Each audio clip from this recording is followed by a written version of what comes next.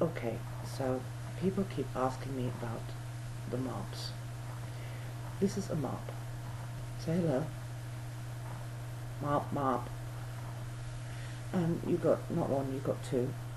So here's another one. Hello. Marp, Marp. So there's two of them. The Marps can be used to portray different emotions. For example, this is an evil Marp.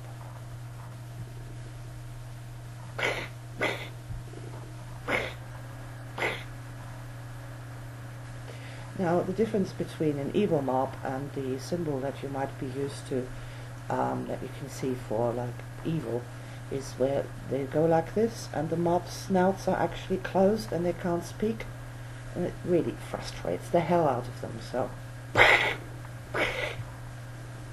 that's your evil Marps. Now, to turn a good Marp into an evil Marp is quite easy. So this is good Marp, and so hello Marp, Marp, Marp. And he's friendly and nice and, Marp. But if you mistreat him, like for example doing this, you get an evil Marp. And it's not very happy, so could possibly attack you. Ow! In order to turn an evil Marp back into a good Marp, you have to be nice to it, and you've got to be good Marp. There's a good Marp. Good Marp. There you go. Stroke their horns a little bit. That always helps, Good, good Marp. There we go. That's a good Marp. Marp. So now it's a good Marp again. Marps can show other expressions. For example, this one is sort of a slightly disgusted Marp. And we also have Marps raising an eyebrow. Like that. So you can use Marps to do things, obviously. Yes, of course you can do things. And you can also do Marps to signal to people when you're not being very happy. You're having a conversation and people are talking, and you can go, which can be quite handy when you're in a place where you can't, freely express yourself. Now, Marps, clearly creatures with a mind of their own. They do their own thing, Come back here. That's better. Hello, Marp. Good. So, Marps can have adventures. They can go to parking machines and get tickets, and cash machines. They can put in the card, and then they take out the money and fight over the money and have a good time in many different ways.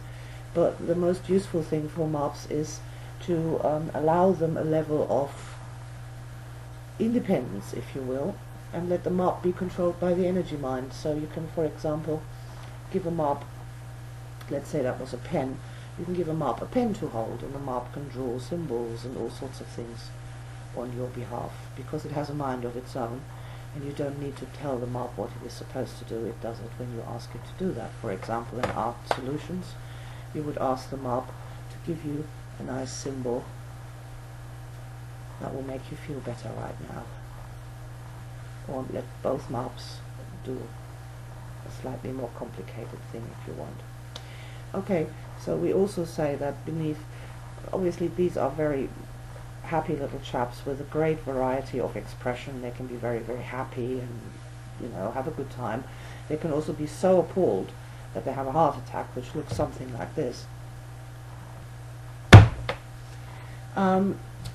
I originally used the Marps to communicate with one of my sons, who was supposed to be autistic, and he really got the whole thing with the good Marp and the evil Marp and so on, and the various expressions that they can do. But in the context of the Muppets, what we always used to say, beneath every Muppet there's a Marp. So if you just pull the glove puppet off, you are left with what is essentially a human hand